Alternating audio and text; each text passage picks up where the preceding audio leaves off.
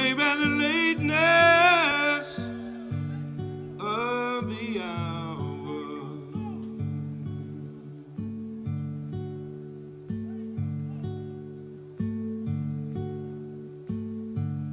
makes me seem bluer than I am.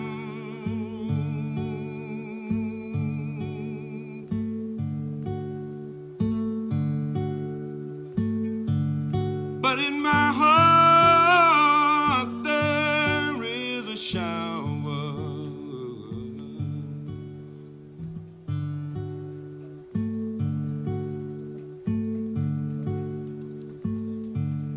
Hope she'll be happier with him.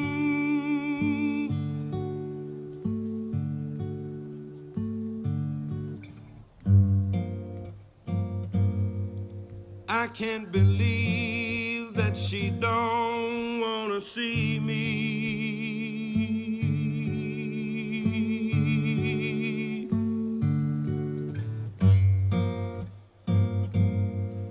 We lived and loved with each other so long.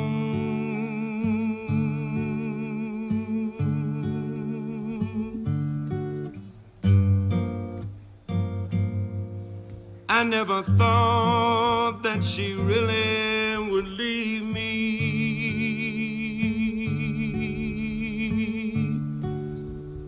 But she's gone.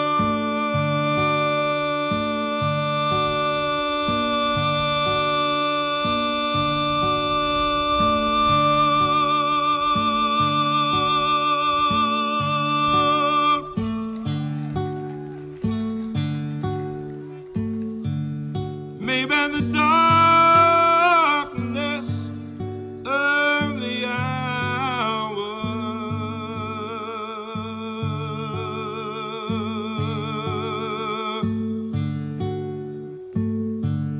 makes me seem lonelier than I am.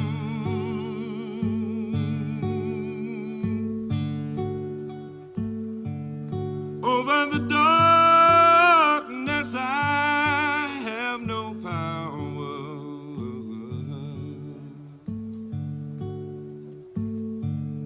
Hope she'll be happier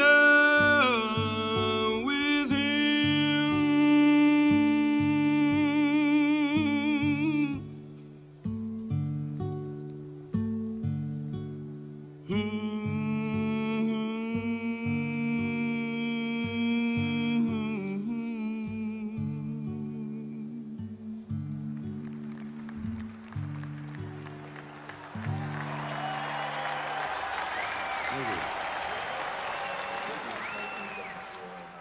Africa at that time had been, even today it's still depicted in a negative light most often. But at that time, it must have been like, I must have been nervous going out there just because all the images America or the media sent back about what Africa was at that time. Do you think, what was your feeling like when you made the decision that you was going to go participate in the Zaire 74? Well, somebody asked me if I wanted to go, and I was curious, and I could block out that time. In those days, boxing was a lot more popular than it is now. I was telling somebody earlier, the Super Bowl was the second biggest event next to a Muhammad Ali fight, because Ali had this charisma and this thing, and I had met him actually when he was, just as he was coming back. I was checking his hotel in Chicago, and this guy said, Ali's in town. So I said, well, I tell him I'm upstairs. I had never met him, and I was new in this business. So I wasn't expecting to see him. So somebody knocks on my door, and that was Ali with Kid Gavilan. See, you're too young, but Kid Gavilan was this guy from Cuba, really fascinating boxer. So, and he was fun and stuff, So I thought, like, well, this would be interesting. Go over here and check out the fight and see this new place. So I wasn't burdened by that perception of Africa. because I had lived with that perception of us here. And I was traveled. I had been in the Navy 9 years, so I remember being in Japan, and some of the girls had been told that we had tails.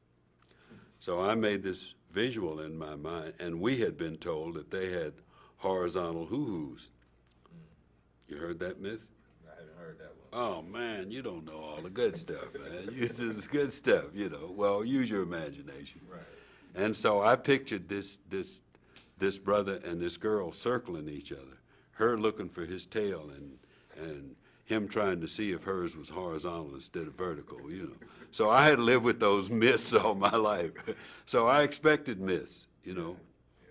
You know, it's like now I expected myths.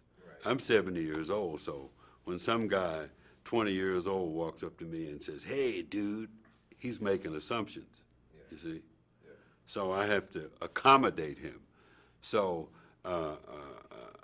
the way you survive myths towards you is you have to be bigger than the myths, and you have to make allowances for somebody else's ignorance and not let that consume you and fill you full of this anger that's self-destructive. And so instead of doing things in spite of, you don't do things because of, and that's self-defeating, you know. And so, no, I wasn't burdened with that perception. I was curious. We were going to stay in the Kinshasa Hotel, and it was more like Miami. Hey, man, well, you're in the middle of Africa, but you're lounging out by the pool, you know, and you're drinking like pina coladas and stuff, so. Well, I see y'all performing, and I know it's these big light racks over here. It's always hot on stage, but it looked like it must have been 100 degrees. Everybody's just dripping wet and everything. Can you tell me about actually performing on the stage? Like, how was it feeling? How was your reception from the audience? I mean, I'm sure the audience would see it on Soul Power, but personally, how was your feelings about the reception from the Zaire audience? It was interesting. And it was interesting to me how they edited the film, because the closest music to their music was the Latino band, the Fania All-Stars. So, in all honesty, they didn't get a lot of us, you know, because culturally their music was, listen to it, it's closer to ting, ting, ting, to ting, ting, ting. You know, well, hey, man, that you know, you got B.B. King, you know, talking about, I gave you 7 children and you want to give them back. It's a whole different thing. So it was interesting to check out the difference in how they had evolved where they were and how we had evolved where we were. So we're speaking English, they're speaking French. Nobody's speaking any kind of African language. And so we were all the results of what had taken place, where we were, you know. So it was like this thing that maybe started here, but it went here. So you say, okay, let's go back and see how much of the origin we can find. And it was difficult, you know. It was difficult because a lot of stuff had happened, you know what I mean? Right. Now, Zaire, I mean, even with it being concert and everything else, it seemed like it was a movement to kind of like bridge the gap between Africans and African Americans more in your time than it is today. Like, I mean, we don't see athletes or events going to Africa now, but we see, you know, the Thriller Manila and this fight in Zaire back in, you know, Ali's heyday, and now today there's not such a movement. What do you think happened between now and then where nobody followed up on that? You know, Nothing. It was an event that took place. It was business, you know. And we weren't there enough time to have this great social exchange. So, you know, things like that can get romanticized and all like that. But as you see, nothing happened. There was no residual contact or no, you know. So it was a thing. It happened. It was a wonderful, you know, there was a great fight that came out of it, and all like that. But, you know, I knew James Brown before we got on the plane. You know, so I don't think anybody established any long relationships, you know. Well, I appreciate your time, Mr. Willis. You too, man. Where you stole 20 years from, because I know you can't be 70. Yeah. I know your music goes back, they so I know you. Well, thank you, man. All right, I appreciate, yeah.